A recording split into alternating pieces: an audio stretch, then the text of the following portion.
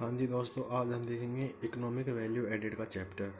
इसका अपन सीधा practical question करेंगे कि कितना भी समझ लो, करना लास्ट में क्वेश्चन ही पड़ेगा, उसे आपको समझ में आएगा। देखते हैं क्वेश्चन, चलिए। Calculate economic value added EVA with the help of the following information of Ashish limited. Financial leverage दी गई अपने को 1.4 टाइम्स। कैपिटल स्ट्रक्चर है जिसके अंदर क्या है, equity capital 170 lakh 1.7 crore, reserve and surplus 1.3 crore और 10% डिबेंचर कितना 6 करोड़। कॉस्ट ऑफ इक्विटी के अपने को दी गई है कितना 17.5% और इनकम टैक्स का रेट दिया गया अपने को 30%। चलिए इसे देखते हैं अपन। क्वेश्चन क्या है कि मैंने सॉल्व करके रखा है कि बार बार करने से कोई फ़ायदा है नहीं, तो चलो आपको दिखाता हूँ क्वेश्चन ये अपने पास ये रहा। इसका आंसर देखते हैं। सबसे पहले को फाइनेंशियल लीवरेज दी गई है जिससे कि अपन EBIT निकाल लेंगे। फाइनेंशियल लीवरेज क्या होता है, EBIT डिवाइड बाई EBT होता है फाइनेंशियल लीवरेज। और EBT को अपन EBIT माइनस इंटरेस्ट भी लिख सकते हैं EBT को। तो फाइनेंशियल लीवरेज को लग देंगे 1.4 times equals to EBIT divide by EBIT minus 60 lakh. जो अपने पास इंटरेस्ट दिया गया है कितना 66 करोड़ अपने पास है, 600 लाख अपने पास गिवन है, 600 लाख अपने पास गिवन है इंटू 10% इसका इंटरेस्ट रेट है, तो ये कितना आ गया 60 लाख। ये निकालेंगे 60 लाख, ठीक है। तो देखिए 60 लाख 1.4 इधर चला गया, माइनस इसको इससे मल्टीप्लाई करेंगे, 60 लाख को 1.4 लाख से मल्टीप्लाई करेंगे, अपने पास आएगा minus 84 lakh equals to EBIT 84 lakh divide by 0.4, EBIT निकल के आ गया 2.10 करोड़, लेकिन 210 लैक्स। ये अपने पास EBIT निकल के आ गया, ठीक है। तो अपने पास कॉस्ट ऑफ इक्विटी अपने को दी गई है, कॉस्ट ऑफ इक्विटी 70.5, लेकिन अपने को क्या निकालना है, इसका वेटेड आई निकालना है, तो इसलिए हमको KD भी चाहिए होगा अपने को, कॉस्ट ऑफ डेट। तो इसको निकालने का फॉर्मूला होता है इंटरेस्ट, इनको इंटरेस्ट 1 माइनस टी, जिससे कि अपने पास नेट इंटरेस्ट निकल के आता है, क्योंकि टैक्स हटाएंगे इंटरेस्ट के अंदर से क्योंकि टैक्स मिला हुआ होगा, डिवाइड बाई नेट प्रोसीड्स अपने कितने में अपने प्रोसीड्स हुई हैं और इंटू 100।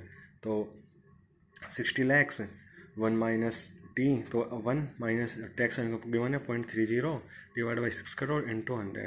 अपने पास निकल के आ गया कितना 7%। अपने पास कॉस्ट ऑफ डेट निकल के आ गया।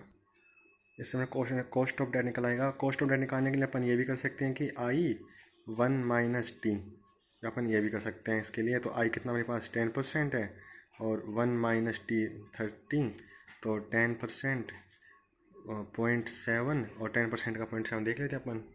तो 10 इंटू 0.7 निकल के आ गया मेरे पास 7, तो इक्वल्स टू 7%। चाहे ऐसे निकालो चाहे ऐसे निकालो, दोनों सेम ही है, अपन चाहें तो कैसे भी इसको निकाल सकते हैं इस क्वेश्चन को, ठीक है। अपने को अब क्या चाहिए, WACC weighted average cost of capital, इसको अपन KO या फिर KC कुछ भी बोल सकते हैं। तो कैसे निकलेगा ये, कॉस्ट ऑफ इक्विटी जो वेटेड होगी प्लस कॉस्ट ऑफ डेट जो वेटेड होगी, ठीक है।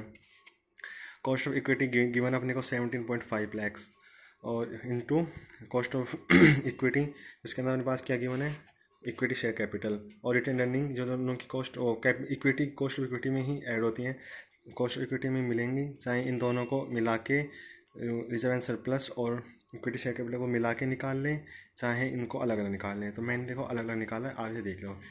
इनको सबसे पहले देंगे अपन क्या, वेट कितना देंगे अपन, इनको ऐड करो 170 लाख प्लस 130 लाख प्लस 600 लाख, तीनों का अगर ऐड करेंगे कितना आएगा 900 लैक्स। इनको तो तीनों को ऐड करने के ऊपर आएगा, तो इनका वेट कितना हो गया 900 लाख।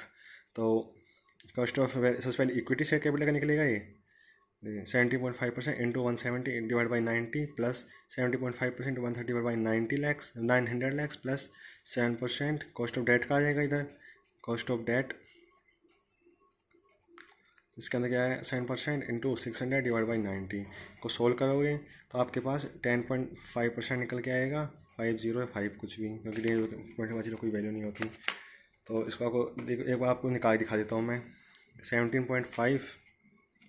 तो देखिएगा 17.5 into 170 divide by 900 equals to 3.3005। M plus करेंगे अपन सीधा इसको, फिर दोबारा same 17.5 into 130 divide by 900 M plus करेंगे, फिर 7 into 600 divide by 900 M plus MRC 10.4999, तो उसके बाद क्या हो गया 10.50। बिल्कुल सिंपल है। फिर अपने को EVA निकालना है। EVA का फॉर्मूला क्या होता है, NOPAT, ना कि net operating profit after tax. ये कैसे निकलता है अपने पास, ऐसे EBIT माइनस इंटरेस्ट को इंक्लूड नहीं करेंगे अपन, ठीक है, इंटरेस्ट इंक्लूड नहीं करने का। फिर EBIT माइनस टैक्स, ये क्या होता है अपने पास, NOPAT। तो EBIT अपने पास अपने ने भी निकाला था, EBIT थोड़ी देर पहले। ये अपने पास फाइनेंशियल लीवरेज निकाला था, 210 लाख आया था, मतलब कि 2.10 करोड़। तो EBIT माइनस इंटरेस्ट करना नहीं है, क्योंकि NOPAT के अंदर इंटरेस्ट इंक्लूड नहीं होता, इसको अपने हटाना होता है, इसको एक्सक्लूड करना पड़ता है। माइनस टैक्स ऑन EBIT, तो EBIT टैक्स कितना आएगा, 210 इंटू 30%, निकाल लो।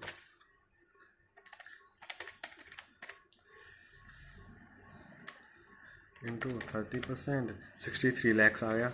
तो 210 लाख माइनस 63 लाख अपने पास लगेगा 147 लैक्स निकल के आएगा अपने पास।